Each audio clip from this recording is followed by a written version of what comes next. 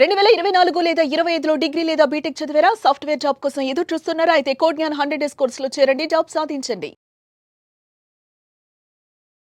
Welcome to Suman TV. నేను మీ Suman TV.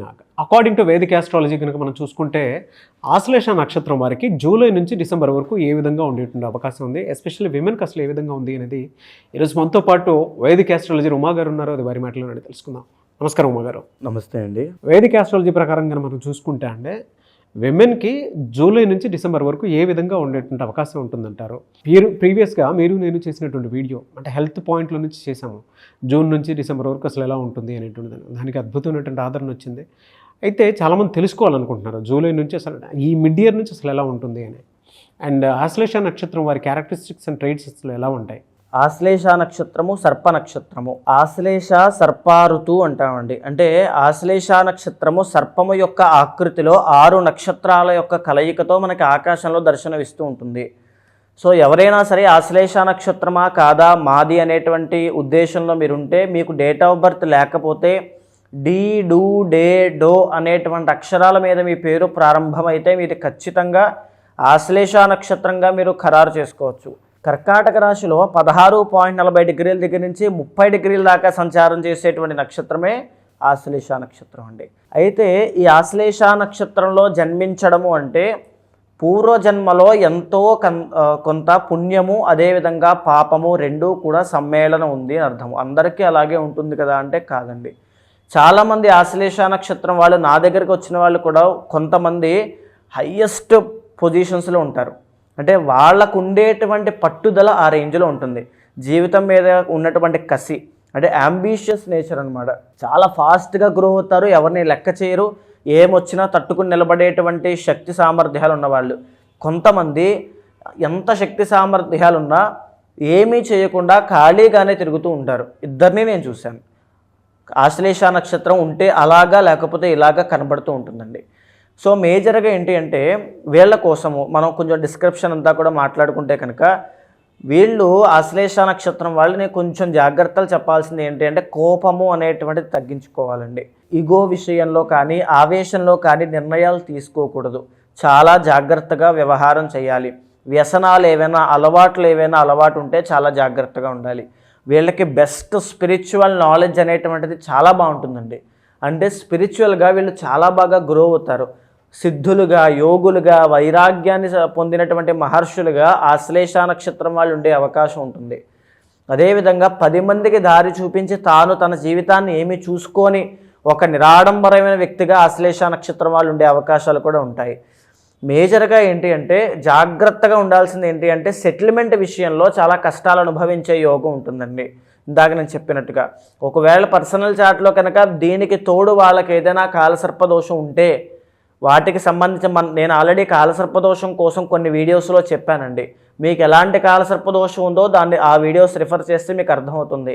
దానికి సంబంధించిన శాంతి చేయించండి, మీ లైఫ్ ఎక్కడో ఉంటుంది. అయితే మేజర్గా మనం చార్ట్ అనేటువంటిది ఒకసారి చూస్తే so major the first house వచ్చేసి వీళ్ళకి చంద్రుడు అవుతారండి. వెరీ సెన్సిటివ్ పీపుల్ అని చెప్పచ్చు. ఫ్యామిలీ ఎమోషన్స్కి బాగా రెస్పెక్ట్ ఇస్తారు. వీళ్ళు ఒక ఫ్యామిలీలాగా ఉండడానికి, ప్రతి ఒక్కరిని ఆదరించడానికి, వాళ్ళతో కలిసిమెలిసి ఉండడానికి చాలా ఎక్కువగా చూస్తూ ఉంటారని చెప్పచ్చు. సెకండ్ లార్డ్ రవి అవ్వడం వల్ల మాట కొద్దిగా కటువుగా ఉన్నా, పరుషంగా ఉన్నా కానీ ఆ మాట వెనకాల ఉండేటువంటి అంతరార్థం పరమార్థం వేరేగా మంచి కోరుకునే విధంగానే ఉంటుంది. థర్డ్ అండ్ 12th లార్డ్ బుధుడు అవ్వడం మూలాన మేజర్గా వీళ్ళు వ్యాపారము అనేటువంటిది ఏదైనా చేయాలి అనుకుంటే, బికాజ్ ఆశ్లేష నక్షత్రానికి అధిపతి బుధుడు అండి, చేయాలి అనుకుంటే విదేశాల్లో కానీ ఫార్ అవే దూరపు ప్రదేశాలకు వెళ్ళి కనుక వ్యాపారం చేస్తే బాగా సిద్ధిస్తుంది, మంచి లాభాలు చూస్తారని చెప్పచ్చు. 4th అండ్ 11th లార్డ్ అయినటువంటి శుక్రుడు జాతకంలో ఒక విలాసవంతమైనటువంటి గృహయోగం ఉంటుంది, వాహన యోగం ఉంటుంది. అదేవిధంగా వీళ్ళ సర్కిల్లో ఒక స్త్రీ మూలకంగా వీళ్ళకి కొంత లాభము, డబ్బు, గౌరవ మర్యాదలు అంటే సహాయ సహకారములన్నీ కూడా ఒక స్త్రీ మూలకంగా వచ్చే అవకాశాలు ఉంటాయి. ఖచ్చితంగా ఏదో ఒక సమయంలో ఒక స్త్రీ మిమ్మల్ని హెల్ప్ చేసి మిమ్మల్ని జుట్టు పట్టుకుని పైకి కూర్చోబెట్టేసి వెళ్ళిపోతారు. అది ప్రత్యక్షంగా కావచ్చు, పరోక్షంగా కావచ్చు. అయితే 5th అండ్ 10th లార్డ్ కుజుడు అవ్వడం మూలాన మీకు బలమైనటువంటి పనులు చేసేటువంటి వృత్తిలోనే బాగా రాణించే అవకాశాలు ఉంటాయి. మగ సంతానం కలుగుతుంది మొదటిది. రెండవది ఏంటి అంటే మేజర్గా మీరు పోలీస్ కానీ, ఐఏఎస్ కానీ, ఐపీఎస్ కానీ, సాఫ్ట్వేర్ రంగంలో కానీ, వ్యవసాయ రంగంలో కానీ, రియల్ ఎస్టేట్ రంగంలో కానీ ఇంకా కొన్ని వృత్తులు చెప్పాలంటే ఒక హాస్పిటల్లో సర్జన్స్గా, హోమియోపతి, అలోపతిక్ డాక్టర్స్గా వ్యవహారం చేయడం చాలా బాగుంటుంది. పెట్రోలియం ఇండస్ట్రీస్ అనేటువంటివి చాలా బాగుంటాయి. స్టాక్ మార్కెట్, షేర్ మార్కెట్, మీకు ఆల్రెడీ ఇందాక ఒక విషయం మనం మాట్లాడుకుంటే వాళ్ళు ఎక్కడో ఏదో ఒక స్థాయిలో హై పొజిషన్లో ఉంటారని చెప్పుకున్నామండి.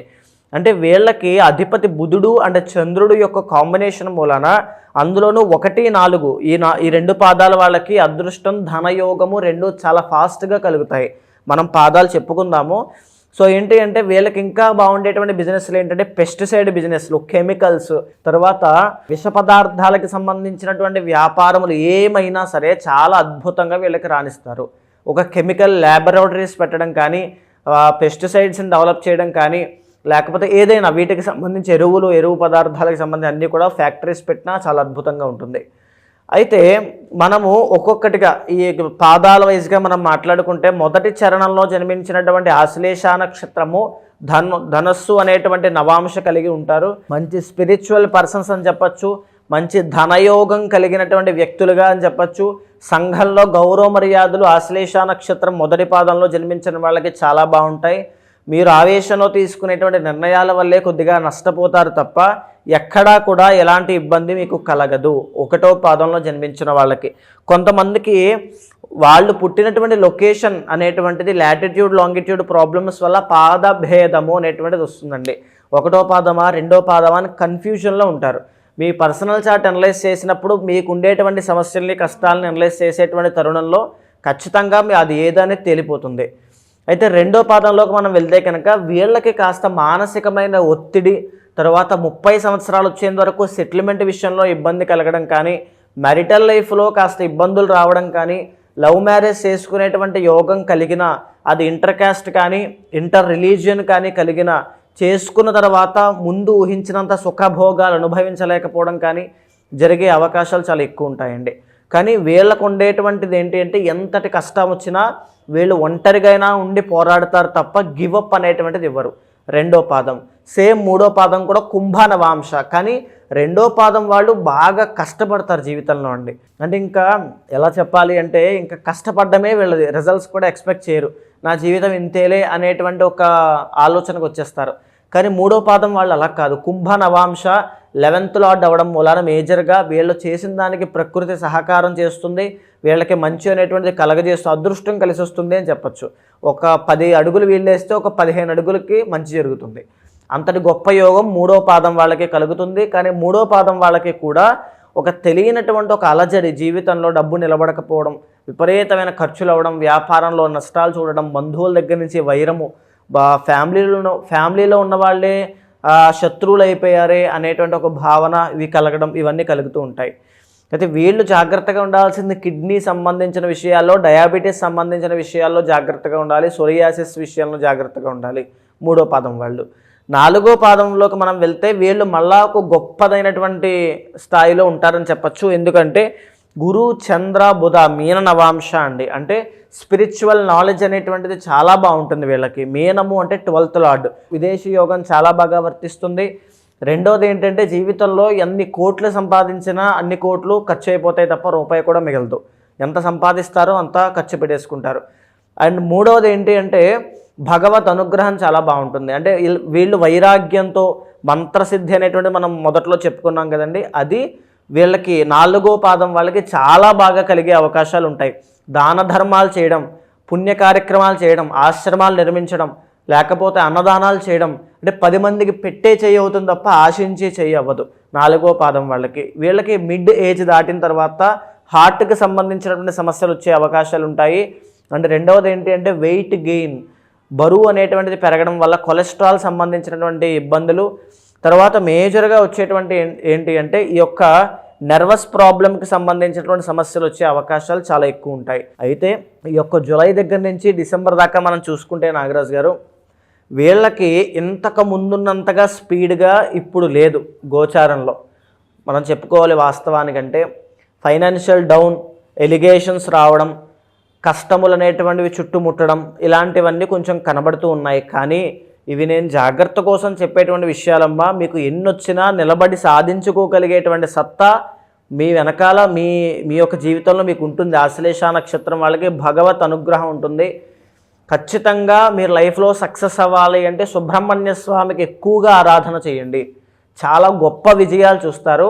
అండ్ ఈ సంవత్సరంలో అక్టోబర్ తరువాత నుంచి సామాన్యమైన పరిస్థితులు కాస్త ఊపిరి పీల్చుకునేటువంటి అవకాశాలు చాలా ఎక్కువ ఉంటాయి. అంటే రెండవది, సెప్టెంబర్ దాటిన తరువాత నుంచి ఆరోగ్యపరమైన విషయాల్లో కాస్త జాగ్రత్తగా ఉండాలి. ఎలాంటి ఆరోగ్యపరమైన విషయాలు అంటే కొత్తదైనటువంటి ఆరోగ్య సమస్యలు శరీరంలో ఎప్పుడూ లేనటువంటి విధంగా కొద్దిగా వచ్చే అవకాశాలు 2-3 మంత్స్ కనబడుతోంది. కొద్దిగా జాగ్రత్త వహించండి. అంతకు మించి భయపడాల్సింది, ఇబ్బంది పడాల్సింది ఏమీ లేదు. అక్టోబర్ తర్వాత కొంచెం పర్వాలేదు, సామాన్య స్థితికి వస్తారు. శివ ఆరాధన, సుబ్రహ్మణ్య స్వామి యొక్క ఆరాధన ఎక్కువగా చేయండి. మీకు కనుక మీ లైఫ్లో ఏదైనా నాకు ఇది జరగట్లేదండి ఉమా గారు అనుకుంటే ఖచ్చితంగా మీరు అపాయింట్మెంట్ తీసుకోండి. పర్సనల్ చార్ట్ చూసిన తర్వాత కొంతమందికి ఆశ్లేష నక్షత్రం వాళ్ళకి ఆశ్లేష బలి చేస్తే చాలా మంచి రిజల్ట్స్ కనబడతాయి. కొంతమందికి మహాసుదర్శన పాశుపత పూర్వక సర్పశాంతి చేస్తే ఎక్కువగా రిజల్ట్స్ కనబడతాయి. సుబ్రహ్మణ్య స్వామి యొక్క మంత్రాన్ని ఇచ్చి ఆ మంత్రాన్ని వాళ్ళతో అనుష్ఠానం చేయించగలిగితే కొంతమందికి అద్భుతమైన రిజల్ట్స్ కనబడతాయి. అది ఏదనేటువంటిది ఆశ్లేష నక్షత్రం వాళ్ళకి ప్రతి ఒక్కరికి నేను తోడుగా ఉంటాను. వెరీ గుడ్ ఇన్ఫర్మేషన్ అండి. థ్యాంక్ యూ సో మచ్ అమ్మగారు. నమస్తే అండి.